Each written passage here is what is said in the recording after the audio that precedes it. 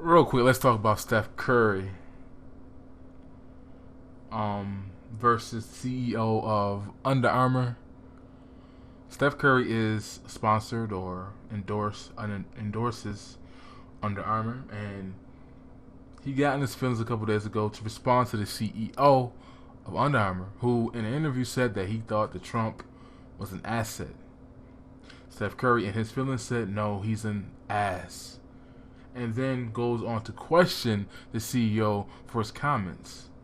The CEO clarified and said, I'm speaking in regards to business.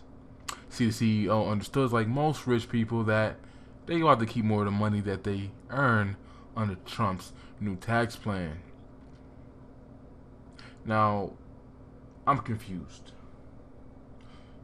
So, one, I think Steph Curry is a little moist because he comes out now to be tough and political when it's safe to do so, right?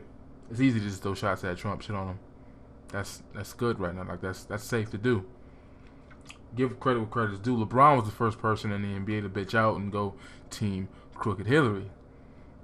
He came at Trump talking about not going to his hotels. He said, I've heard no such thing as locker room talk, which was bull. Your teammate banged your mom, bruh. Magic Johnson was all up in the Staples Center running trains on hoes with sick mushroom tip. All up in the Staples Center with Eddie Murphy and all them boys. I've never heard no such thing as a locker room talk. Freak out of here. But LeBron made the case first. So the other golden child of the NBA, Steph Curry, felt like, it's safe. I'm going to do that too. But what's interesting to me is that, and what I don't understand, is how do you shit on a team that you own? Steph Curry is endorsed by Under Armour. He's their biggest star, sports-wise.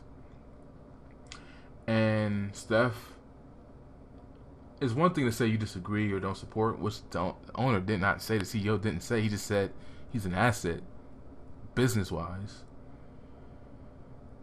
But because of what the CEO said, and because of Steph Curry's response, although he's getting a lot of symbolic support from black women in particular for doing the easy thing and shitting on Trump, he created a boycott of his own company. Right? So, this is what don't make sense to me. Under Armour stock dropped like 25 points last month. So they're not doing good right now. And then your major star, your biggest star, comes out and he has comments to go against the CEO. Now again, he's not an employee. He's endorsing it. He has stake in the company. If they sell Under Armour, he get a chunk of that. But his commentary, although appreciated, because you know how black folks are, we just real emotional. We can't decompartmentalize. We have knee-jerk reactions. I read the comments on News One. I'm not buying my son Under Armour this year. I'm done. I appreciate Steph Curry. It's not always about the money. Yeah, it's about to be. Because I'm looking at it like this. That's just a bad business precedent. Because when your company's not doing good, you don't have a problem shitting on the CEO of the company. Which also led to you using the language that caused a boycott of your product, them ugly ass sneakers. Make that make sense. You got the accolades and the pats on the back, but these mothers are saying they're not buying Under Armour products simply because the CEO said Trump's going to be an asset in regards to the economy and business. Now, Steph Curry ain't the only one. The Rock also hopped on the bandwagon. Misty Copeland, the first black, 75% black, whatever, person to do the ballet thing, she interjected too, both of them on Instagram. I think she has like 40,000 like little hearts on her little paragraph, separating herself from the company, the team she owns. Also, The Rock did the same thing, talking about diversity and this and that and blah, blah, blah. All three of y'all shitting on the team that y'all own. But I don't get that. That don't make sense to me. You separate yourself from the company or the CEO of the company, but you're using language that are making people say, I'm not getting the product. They're giving you pats on the back. But my thing is, what does that do for you business wise when companies see that you'll throw your own CEO under the bus, even when it's not even that deep and he didn't say anything?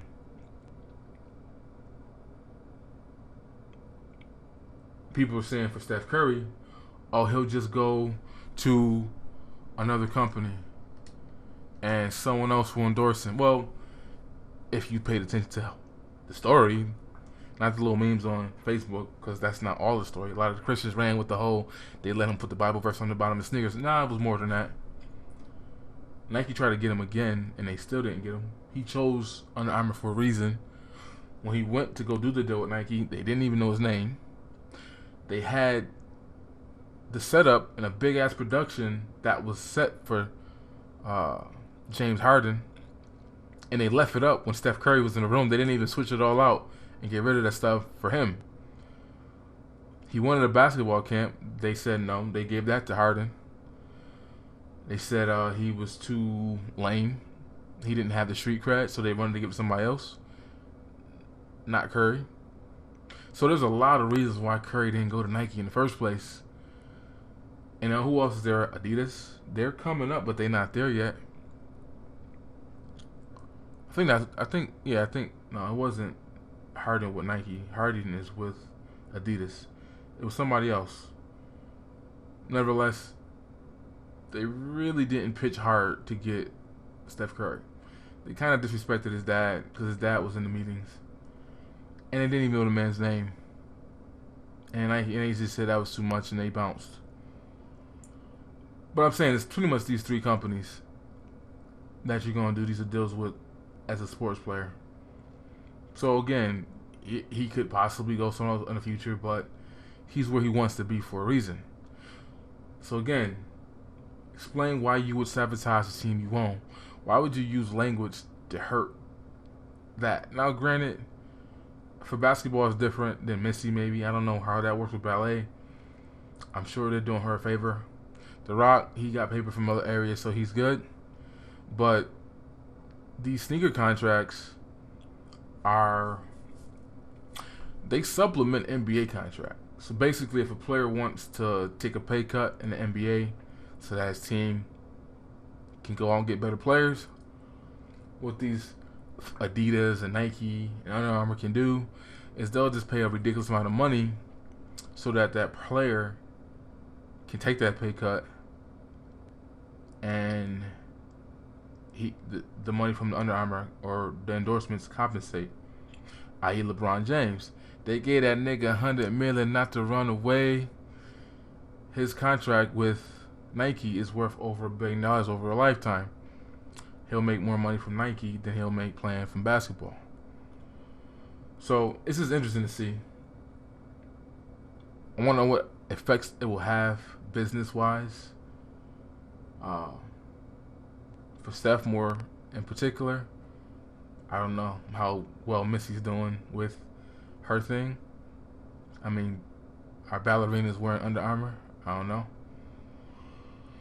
But yeah, I don't know. They shit on the team they own. Good luck with that. Shout out to number 24 from the Atlanta Hawks. I think his name is Bazemore. He was the only one who responded to this nonsense, not in his feelings. He simply stated that he understood what the CEO was coming from, and his thoughts were the same the night that Trump won the election. See, he too understands that he's going to be able to keep more of the money he earns, not only from the NBA, but also from Under Armour, under Trump's new tax plan.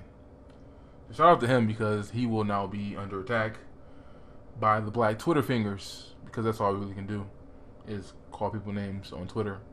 We don't have the power to really deny or block anybody anything, but look out for that brother, because he about to get the